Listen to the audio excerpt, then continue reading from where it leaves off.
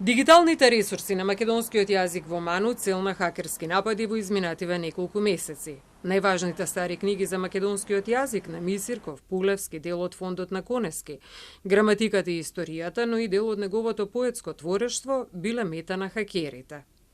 За академик Маријан Марковиќ, токму ова го вклучи алармот, колку е важно да се подигне свеста за безбедноста на дигиталните ресурси на МАНУ.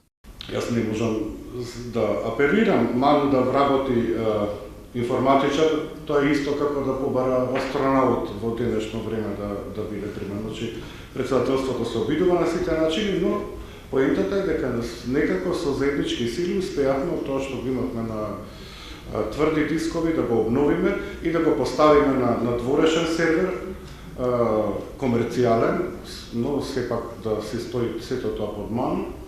Дигитализацијата на лингвистичките материјали во Центарот за ареална лингвистика започнува во 2008 година на иницијатива на академик Маријан Марковиќ.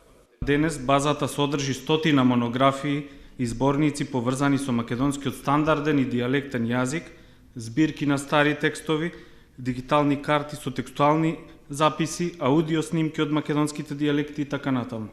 За прв пат по толку години Центарот за ареална лингвистика при МАНУ и Институтот за македонски јазик ги обединија своите научни сознанија во објавувањето на капиталниот проект Македонски дијалектен атлас. Капитално дело е бидејќи се работи за опис на дијалектите на целата македонска дијалектна територија. Тоа значи не само во границите на нашата држава, туку и во Егејска и Пиринска Македонија и во границите на Албанија, каде што се зборува македонскиот јазик.